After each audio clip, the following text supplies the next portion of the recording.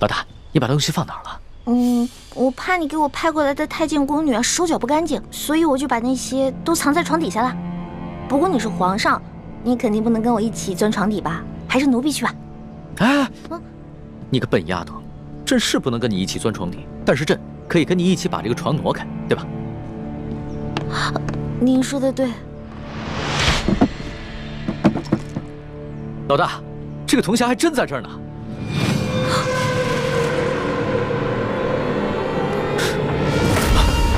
老大，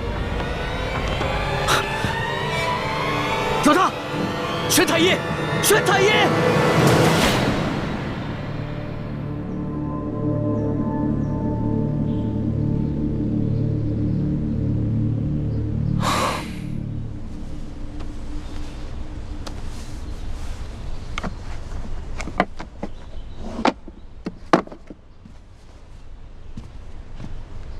皇上，臣妹一时旧疾发作，晕了过去。那他这个头疼的病有根治的办法吗？他这病打一出生就落下了，时不时就会发作。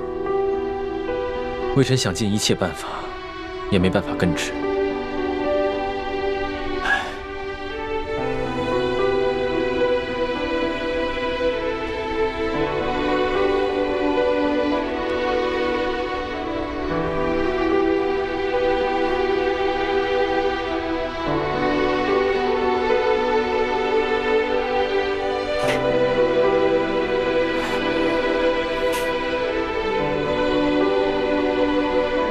皇上，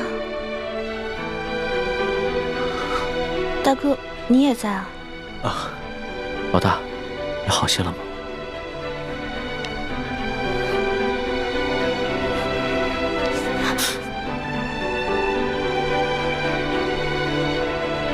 李太医，这儿没你的事儿，你先退下吧。微臣告退。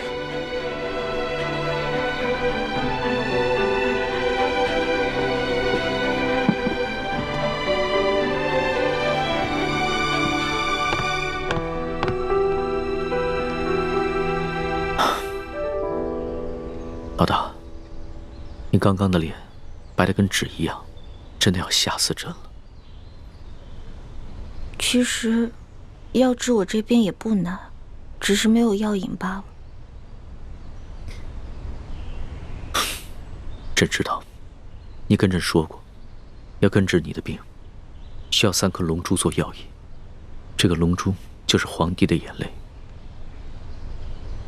只不过，朕自8岁登基以来，面对风云诡谲的诸多变局，性子早已磨得极为坚韧，恐怕真的流不出来了。我知道呀，你是皇上，是天子，岂能轻易流泪？不过如果想要你流眼泪的话，挺简单的，直接灌你1碗辣椒水，别说是3滴了，就是1盆也没问题。你这病情刚刚好转，就想着欺负朕，看朕怎么收拾你！啊，陆小弟，我头还晕呢。老大，要是真的能治好你的病，别说眼泪了，就算是朕的龙血，朕也毫不吝啬。只不过朕从来不相信这些偏方，这都是人力和药力无用之时，才会想借着所谓的帝王之气来寻个安慰罢了。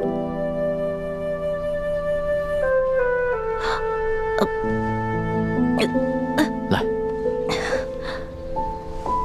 皇上，那个铜匣子找到了吗？当然找到了，肯定是你这个小迷糊，觉得这个铜匣精致漂亮，就把它顺回来了，是吧？我从来都没有见过这么大一笔财富，所以顺了一些回来。龙小弟不会怪我吧？不会的。哎呀，还好啊，这个铜匣子已经找到了，而且啊，没有被太皇太后知道，要不然啊，朕都不知道怎么保你了。哇，这个铜匣好漂亮啊！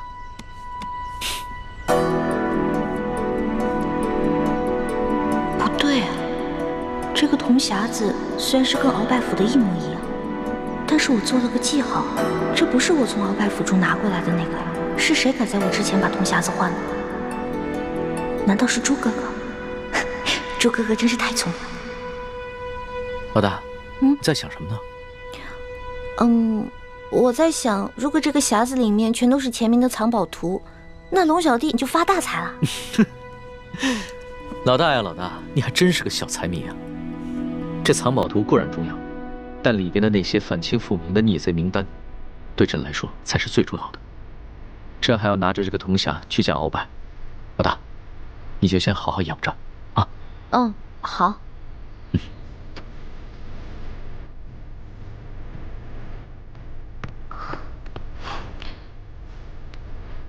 神仙保佑，神仙保佑！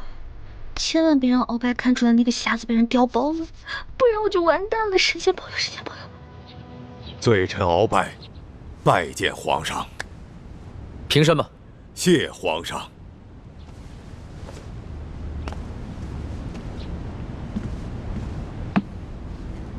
鳌拜，你瞧瞧，这个铜匣，是否就是之前你私自从国库里拿的那个？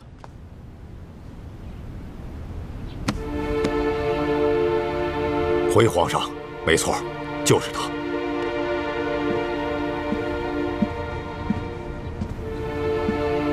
皇上，这铜匣子为什么会在李欢的手中？难道仅仅是因为他贪财，凑巧被他给取走了？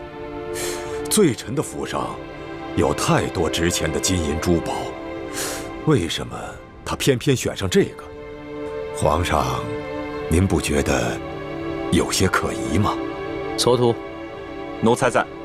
之前你和奕欢一起去查抄鳌府的时候，奕欢是怎么得到这个铜匣子的？可有什么异样？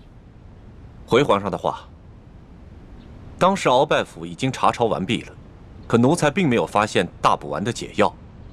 奴才正在着急的时候，手下来报说，发现了一间密室。瞧见没有？这个地方机关重重啊，里面不知道藏了多少宝贝。都过了1个时辰了，师叔姑娘，你到底行不行啊？哎呀，别催我了。就是说，恐怕我们的手是真的保不住了。是啊，能不能不要这么绝望啊？我有种预感，我很快就能打开，很快。真的假的？行不行啊？都过了1个时辰了，还没打开吗？我打开了，我打开了。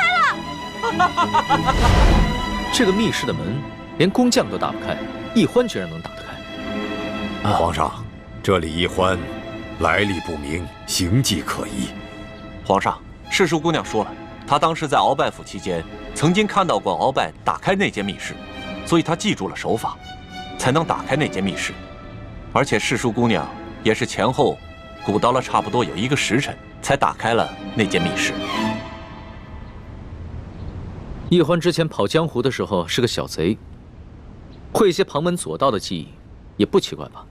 是啊，跟着我们就进了这间密室。哎，世叔姑娘，没想到啊，这鳌拜老贼的密室里，珠宝多的比皇宫里还多。可不嘛。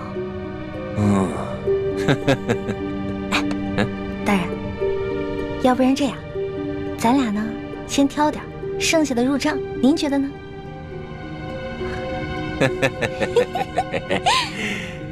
和世叔姑娘一起犯案，真的是太开心了。这样，您那边，我这边，怎么样？行动。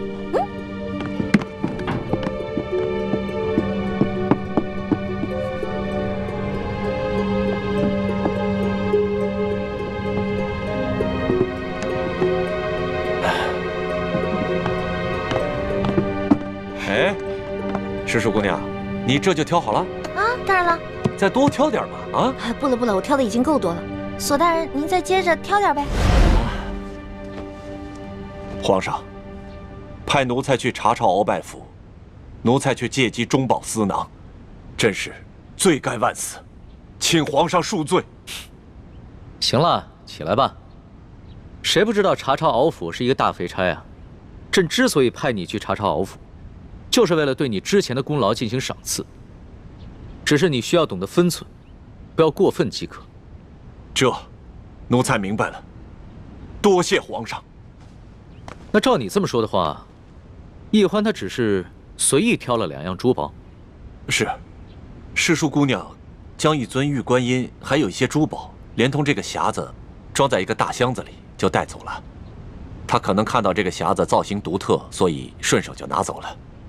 女孩子嘛，除了挑一些贵重值钱的，她会挑一些稀奇古怪、有趣的东西拿走。她倒一直是这么一副大大咧咧、贪玩贪钱的样子。皇上，如果您是这么想，那罪臣也无话可说了。鳌拜，你说李氏兄妹是前明的余孽，他们接近朕是为了得到这个铜匣，那他们都已经得手了，为何不就此远走高飞？而且朕之前去永乐斋拿这个铜匣的时候，他们为何也毫不在意？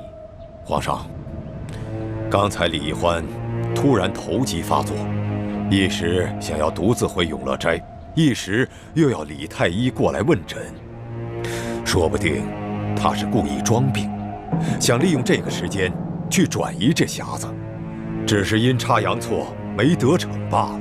不对，易欢不是装病，刚才回到永乐斋的时候还晕倒了，朕能看得出来，那绝非伪装。那皇上这样认为，就算是罪臣多疑了吧？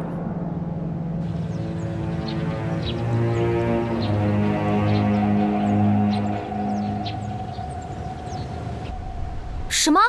铜匣不是被你调包的？我哪有时间调包啊？而且我根本就不知道鳌拜已经知道铜匣的存在，并且还告诉了康熙。那铜匣会被谁调包呢？难道是康熙啊？不可能是他，他也是突然听鳌拜提起铜匣，连铜匣的样子都没见过，怎么可能来得及伪造一个赝品呢？那个赝品伪造的极为精致，几乎可以以假乱真。我想鳌拜多半没有看出来那个铜匣被调包了，不然康熙肯定会对我兴师问罪的。小师妹，你如何认出铜匣被调包了？是这样的，那个铜匣上不是雕着一条龙吗？龙上面有一颗珍珠，我见那颗珍珠长得特别可爱，我就上去撬啊撬，结果上面就留下了一道很浅很浅的痕迹。真是胡闹！万一不小心触动了机关，那铜匣里的宝藏图和名册就被您给毁了。我知道了。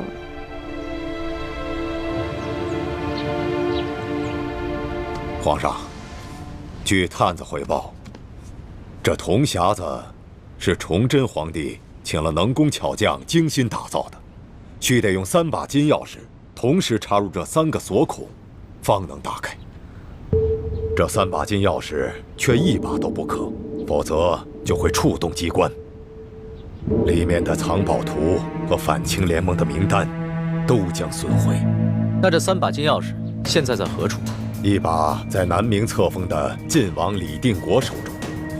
传言这李定国10多年前就战死在沙场上，那把金钥匙也不知所踪。据探子密报，这李定国实际上并没死，并且一直暗中在领导着反清复明联盟。一把在台湾郑经的手中，最后一把金钥匙在永历帝的身上，而永历帝多年前被吴三桂绞杀，所以这把金钥匙有可能就在吴三桂的手中。所以，之前你以朝廷的名义下旨，让吴三桂送回永历帝的遗物，就是为了得到那把金钥匙。没错，眼下这吴三桂已派庶子吴应奇护送这些遗物入京。如果这批遗物中有这把金钥匙，说明吴三桂他并不知晓内情；如果这批遗物当中没有这把金钥匙，则说明吴三桂不仅知道内情，而且私下藏匿了金钥匙，必定是起了反叛之心。鳌拜，你能将如此重大的秘密交代于朕，说明你已有了悔罪之心。好了，你先退下吧，朕会让索额图送你回府的。谢皇上不杀之恩。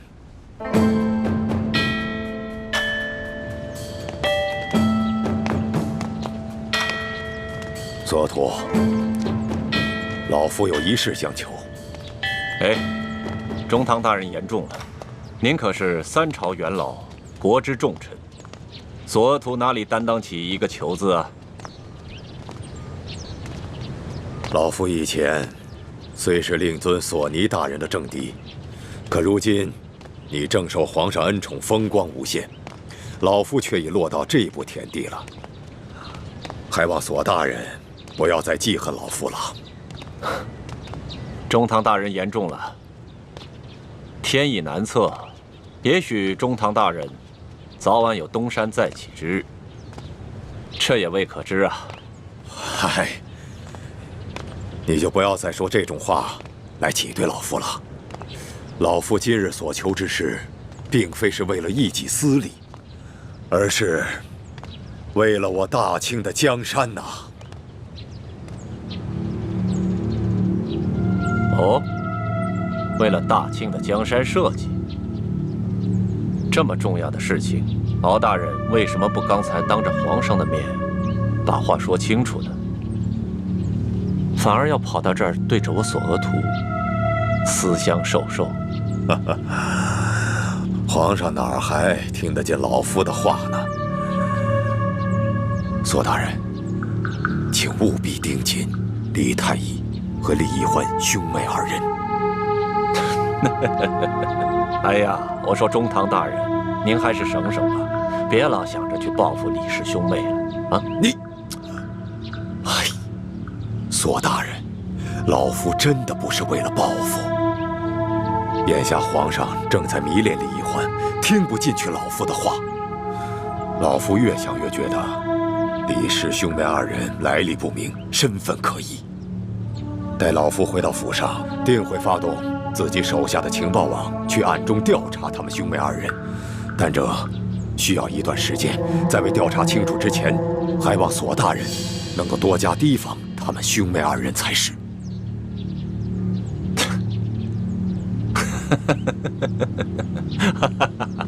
哎呀，我说中堂大人，你是不是在天牢里关了这么几天，给关傻了？你难道不知道吗？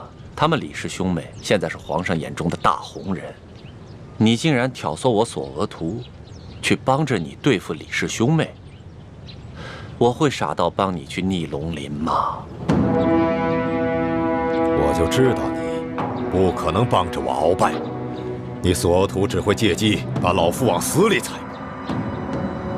但是为了大清的安危，老夫今日就放下私怨来求你这个政敌。索额图，你想想，若是这李氏兄妹2人来历清白，不是那前明的余孽，你去捧他们的臭脚，自然会是前途无量。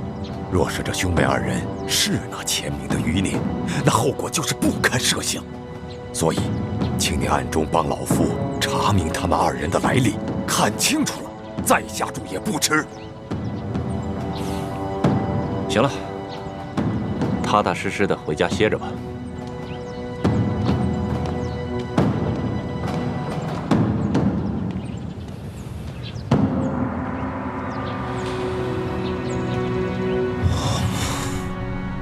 既然鳌拜已经知道了铜匣的秘密，肯定也知道了金钥匙的秘密。现在连康熙都知道了，这情形对我们非常不利。偏偏铜匣要被人给调包了。得亏让别人给调包了，要不然落在龙小弟手里那还了得啊！这调包铜匣的人呢，肯定不是清廷的人，落在他们手里，总比落在清廷手里要强吧？可是谁能从永乐斋调包铜匣呢？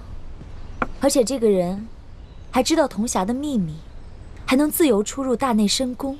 知道铜匣秘密的人，除了咱们，还有鳌拜这一派势力。该不会是李公公？有可能。这李公公表面上是太皇太后的人，其实啊，早就被鳌拜给收买了。如果铜匣是被李公公调的包，那现在应该落在鳌拜的手里。鳌拜和康熙一样，都只是假意讲和，他不会把真的铜匣交给康熙的。可现在，鳌拜刚刚出狱回府，李公公应该还没有跟他去接头。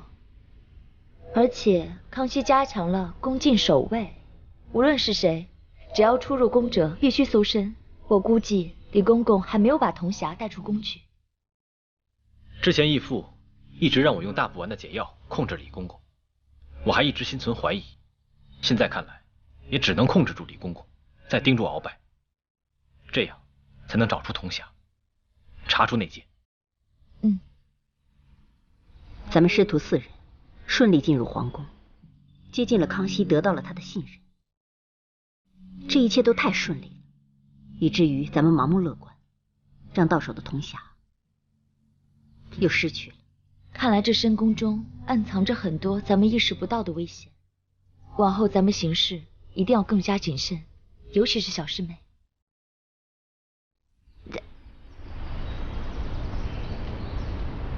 还好没有集齐3把金钥匙，所以即使得到了铜匣，也没有任何意义。不知道倩影和默笙他们有没有从吴应奇手中拿到1号金钥匙？